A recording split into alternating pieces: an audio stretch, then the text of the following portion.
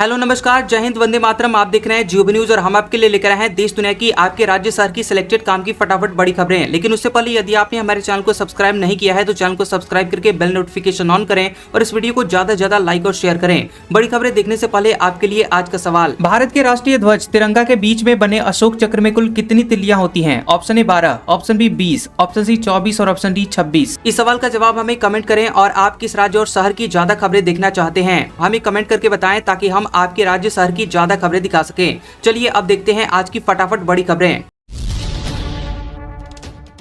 लखनऊ में 6 फरवरी से शुरू होगी अग्निवीर भर्ती, 20 फरवरी तक रैली चलेगी। 13 जिलों के करीब 13,000 अभ्यर्थी लेंगे इसमें हिस्सा। लखनऊ छावनी स्थित आर्मी मेडिकल कॉर्प्स एएमसी के एएमसी स्टेडियम में 6 फरवरी से अग्निवीर भर्ती रैली का आयोजन किया जाएगा। ये भर्ती रैली 20 फरवरी तक चलेगी और इसमें उत्तर प्रदेश के 13 जिलों से लगभग 13,000 चयनित अभ्यर्थी भाग लेंगे। ये सभी अभ्यर्थी पिछले वर्ष जुलाई महीने में आयोजित लिखित परीक्षा में सफल रहे हैं। मध्य कमान के जनसंपर्क अधिकारी शांतनु प्रताप सिंह के मुताबिक इस भर्ती रैली में अग्निवीर जनरल ड्यूटी, अग्निवीर तकनीकी, अग्निवीर लिपिक या भंडारपाल और तकनीकी तथा अग्निवीर ट्रेड्समैन श्रेणी के पदों के लिए चयन किया जाएगा। ये उत्तर प्रदेश में आयोजित की जा रही छठी अग्निवीर भर्ती रैली है जिसे सेना भर्ती कार्यालय लखनऊ के अंतर्गत संपन्न करवाया जा रहा है। पश्चिम बंगाल में एसआईआर पर 1.25 करोड़ लॉजिकल डिस्क्रिपेंसी नोटिस जारी। सुप्रीम कोर्ट का इलेक्शन कमीशन को निर्देश, गलत नाम और उम्र वाले वोटर्स की जांच निष्पक्षता से करें। सुप्रीम कोर्ट में पश्चिम बंगाल में चल रहे स्पेशल इंसेंटिव रिवीजन एसआईआर को चुनौती देने वाली याचिकाओं पर सुनवाई हुई। चुनाव आयोग ने कोर्ट को बताया कि एसआईआर के तहत 1.25 करोड़ लॉजिकल डिस्क्रिपेंसी नोटिस जारी किए गए हैं जो पिता पुत्र की उम्र, नामों की स्पेलिंग, खास तौर पर बंगाली नामों में अंतर होने पर भेजे जाते हैं। याचिकाकर्ता के वकील कपिल सिब्बल ने प्रक्रिया पर सवाल उठाया। उन्होंने कहा कि उम्र में अंतर, नामों की स्पेलिंग पर सवाल है, इसलिए लिस्ट सार्वजनिक की जाए। इसके साथ ही बीएलओ को सुधार प्रक्रिया में मदद की जाए।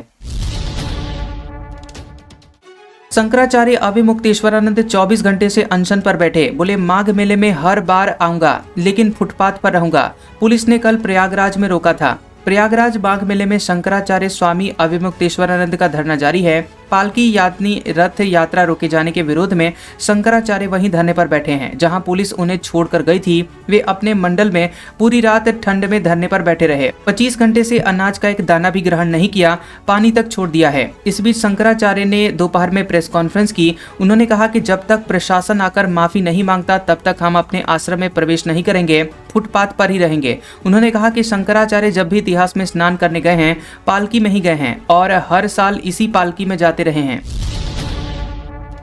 बिहार सरकार मार्च तक करेगी भूमि माफिया का सफाया। विजय सिन्हा बोले राज्य बनेगा पूर्वी भारत का टेक हब, बिल्डिंग बायलॉज का उल्लंघन करने पर जुर्माना। पटना के तारामंडल के सभागार में stakeholder consultation on town planning scheme पर एक कार्यक्रम आयोजित किया गया। इसका उद्घाटन नगर विकास एवं आवास मंत्री विजय कुमार सिन्हा ने किया।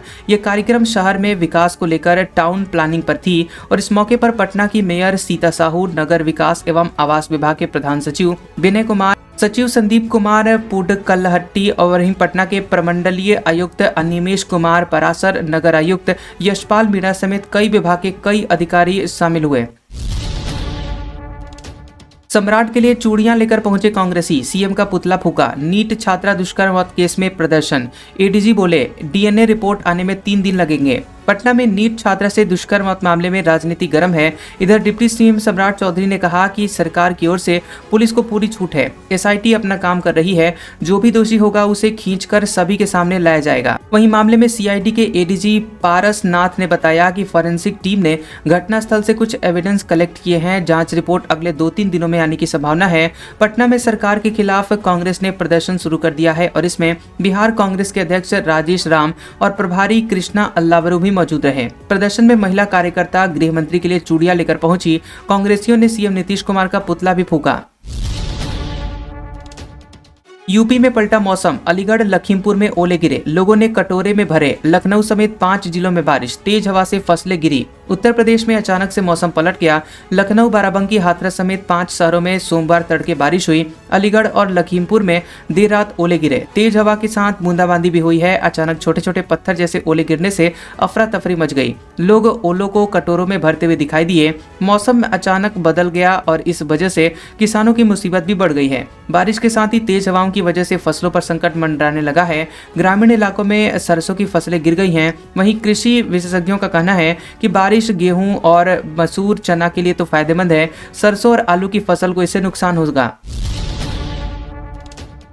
ईरान के राष्ट्रपति बोले, खामनेई पर हमले को जंग मानेंगे। ट्रंप ने कहा था, प्रदर्शनकारियों की हत्याएं जारी रही तो हम दखल दे सकते हैं। ईरान के राष्ट्रपति मसूद पजेशकियान ने अमेरिका को चेतावनी दी है कि अगर supreme leader Ayatollah Ali Khamenei पर हमला हुआ तो इसे ईरान के खिलाफ जंग माना जाएगा। पजेशकियान ने एक्स पर पोस्ट करके कहा कि किसी भी हमले का कठोर और पछतावे वाला जवाब दिया जाएगा और उन्होंने कहा कि अगर ईरान के लोगों की जिंदगी में मुश्किलें हैं तो इसकी एक बड़ी वजह अमेरिका और इसके सहयोगी के लगाए हुए प्रतिबंध है। पजेशकियान की यह प्रतिक्रिया अमेरिकी राष्ट्रपति डोनाल्ड ट्रंप के बयानों के बाद आई है।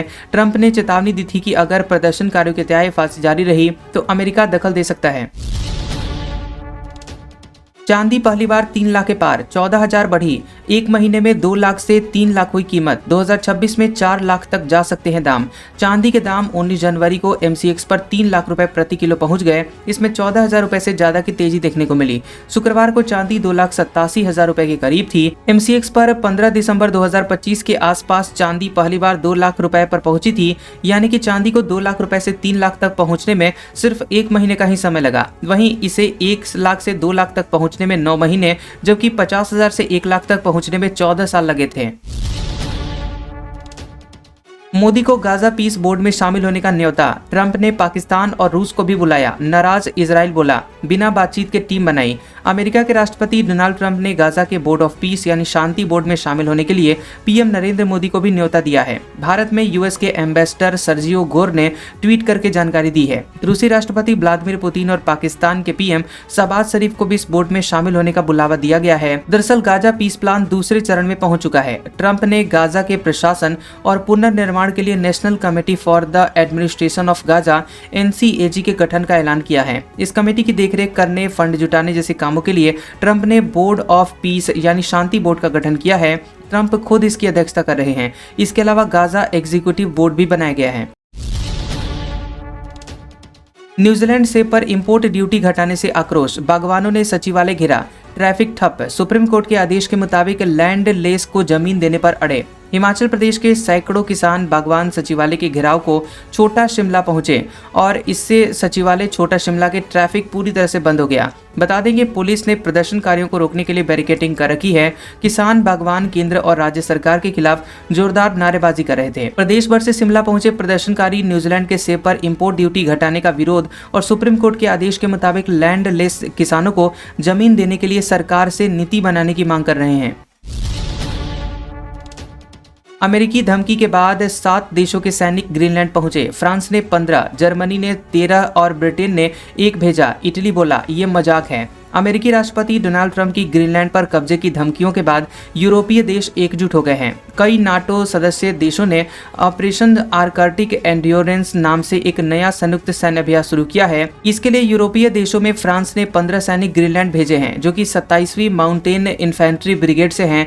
जर्मनी ने 13 सैनिकों की एक टीम भेजी है। नॉर्वे, नीदरलैंड और फिनलैंड ने 2-2 सैनिक तैनात किए हैं। वहीं ब्रिटेन ने 1 सैन्य अधिकारी भेजा है। स्वीडन ने भी सैनिक भेजने की पुष्टि की है, हालांकि संख्या सार्वजनिक नहीं की है। कुल मिलाकर के डेनमार्क में मौजूद सैनिकों के अलावा यूरोपीय देशों से लगभग 35-40 सैन्यकर्मी पहुंचे हैं। वहीं इटली के रक्षा मंत्री गुइडो क्रोस्टेतो ने इस पूरे ऑपरेशन को मजाक जैसा बताया है। हाईकोर्ट का कुलदीप सेंगर की सजा पर रोक से इनकार। उन्नाव दुष्कर्म पीड़िता के पिता की कस्टोडियल डेथ में 10 साल की सजा हुई है। दिल्ली हाईकोर्ट ने दुष्कर्मी कुलदीप सिंह सेंगर की सजा निलंबन की मांग वाली याचिका खारिज कर दी है। उसे उन्नाव दुष्कर्म पीड़ित के पिता की पुलिस हिरासत में मौत के मामले में ट्रायल कोर्ट ने 10 साल के कठोर कारावास और 10 लाख रुपए जुर्माने की सजा सुनाई थी। हाईकोर्ट ने कहा था कि परिवार के एकमात्र कमाने वाले सदस्य की हिरासत में मौत के मामले में कोई नरमी नहीं बरती जा सकती। सेंगर के भाई अतुल सिंह सेंगर और 5 अन्य लोगों को भी 10 साल की जेल की सजा दी गई थी। इसी फैसले के खिलाफ सेंगर ने हाईकोर्ट का दरवाजा खटखटाया था। कर्नल सोफिया अपमान मामले में सुप्रीम कोर्ट की एमपी के मंत्री को फटकार, कहा माफी मांगने में देर हुई, सरकार 2 हफ्ते में बताए कि केस कब शुरू होगा।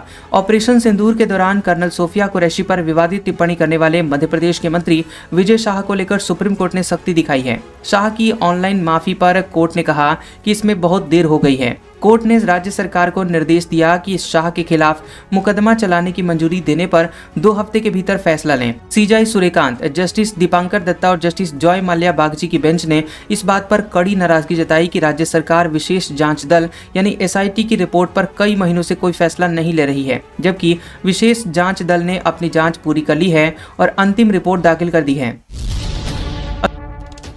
अखिलेश यादव के सौतेले भाई प्रतीक यादव पत्नी से तलाक लेंगे। अपर्णा के लिए इंस्टाग्राम पर लिखा, स्वार्थी महिला ने मेरा परिवार बर्बाद कर दिया। मुलायम सिंह यादव के छोटे बेटे प्रतीक अपनी पत्नी और भाजपा के नेता अपर्णा यादव से तलाक लेंगे। प्रतीक ने इंस्टाग्राम पर अपर्णा से रिश्ते खत्म करने का ऐलान किया। उन्होंने लिखा कि मैं इस स्वार्थी औरत से जल्द तलाक लेने जा रहा हूं। इसने मेरे पारिवारिक रिश्ते बर्बाद कर दिए। इसका एकमात्र लक्ष्य है मशहूर और प्रभावशाली बनना। इस समय मेरी मानसिक स्थिति बहुत खराब है। इसे कोई परवाह नहीं है, इसे सिर्फ अपनी ही चिंता है। मैंने कभी ऐसी बुरी आत्मा नहीं देखी। मेरा दुर्भाग्य था कि मैंने इससे शादी की। करोड़ भगदड़ मामले में एक्टर विजय से 8 दिन में दूसरी बार पूछताछ। पिछली बार सीबीआई ने 6 घंटे सवाल जवाब किए थे। 7 सुरक्षाकर्मी भी जांच के दायरे में। करूर भगदड़ मामले में तमिलगा वेत्रिकरगम यानी टीवीके के चीफ और एक्टर विजय थलापति से सीबीआई 8 दिन में दूसरी बार पूछताछ कर रही है।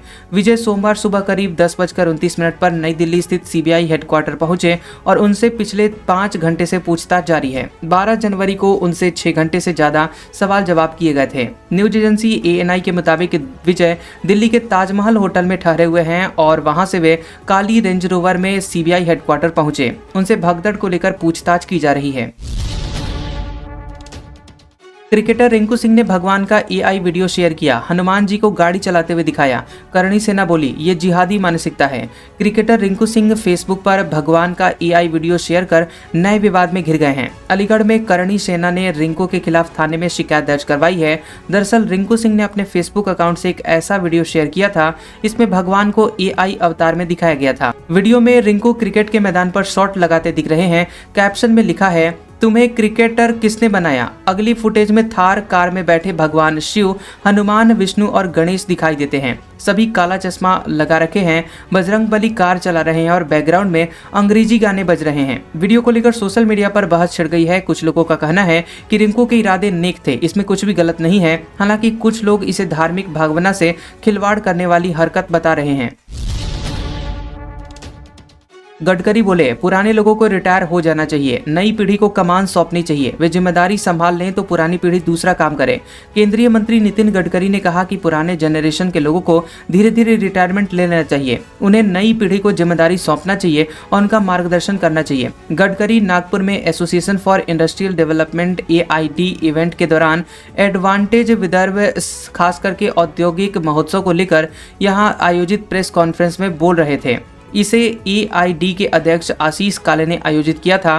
गडकरी AID के चीफ मेंटर हैं और उन्होंने कहा कि जब नए लोग गाड़ी ठीक से चलाने लगे तो सीनियर लोगों को दूसरा काम करना चाहिए। संजय राउत का दावा, शिंदे के बाद भाजपा भी अपने पार्षदों को छिपाने की योजना बना रही है। 22 जनवरी को मेयर पद के लिए लॉटरी होगी। शिवसेना UBT के सांसद संजय राउत ने दावा किया कि शिंदे के बाद भाजपा भी अपने पार्षदों को किसी सुरक्षित जगह पर ले जाने की योजना बना रही है।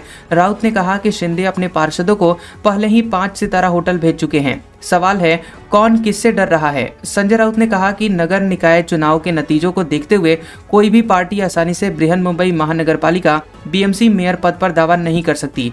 मुख्यमंत्री फडणवीस स्विट्जरलैंड में वर्ल्ड इकोनॉमिक फोरम की बैठक में हैं और यहां पार्षदों को इधर उधर भेजा जा रहा है। ये अजीब है।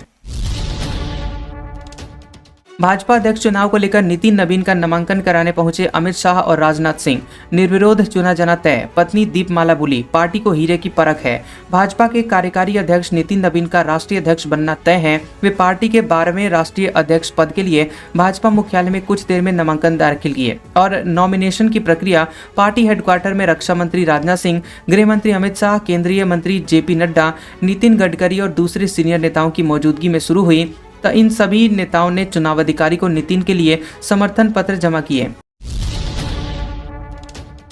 नीतीश का लालू पर निशाना, कहा हटा तो पत्नी को सीएम बना दिया, वो गड़बड़ी करता था, कोई काम नहीं किया। सीतामढ़ी में समृद्धि यात्रा पुल का उद्घाटन किया। सीएम नीतीश कुमार की समृद्धि यात्रा तीसरे दिन सीतामढ़ी पहुंची। यहां मुख्यमंत्री ने 546 करोड़ रुपए की विकास योजनाओं की शिलान्यास और लोकार्पण किए। मुख्यमंत्री ने यहां सभी को भी संबोधित किया और उन्होंने कहा कि 2005 से पहले बिहार में क्या था, लोग शाम के बाद घर से नहीं निकलते थे, समाज में विवाद होता था, हिंदू मुस्लिम झगड़े होते थे, बहुत कम पढ़ाई होती थी, पहले इलाज के इंतजाम नहीं थे, सड़कें कम थी, बिजली बहुत कम जगह थी। हम लोगों की सरकार आई तो सभी व्यवस्थाएं की, पुराने वालों ने कोई काम नहीं किया। हमने शुरू से बिहार के विकास के लिए काम किया। अब कोई हिंदू मुस्लिम झगड़े करता है क्या? मुख्यमंत्री ने अपने मंच से लालू पर भी निशाना साधा। उन्होंने कहा कि वो गड़बड़ी करता था, हटा तो अपनी पत्नी को सीएम बना दिया। आज का सुविचार, सफलता का मतलब ये नहीं कि आपको किसी दूसरे से बेहतर बनना है, बल्कि सफलता का मतलब है जो आप अभी हैं उससे बेहतर बनना है। कैसा लगा ये वीडियो हमें कमेंट सेक्शन में जरूर बताएं। वीडियो पसंद आया हो तो वीडियो को लाइक और शेयर करें और ऐसी इंटरेस्टिंग वीडियोस देखने के लिए हमारे चैनल जियोबी न्यूज को सब्सक्राइब करें और बेल आइकॉन को दबाएं। और हमारे ओल्ड और लेटेस्ट वीडियोस देखने के लिए हमारे प्लेलिस्ट और कम्युनिटी टैब को जरूर चेक करें। तो मिलते हैं अगले वीडियो में, तब तक के लिए आपका शुक्रिया।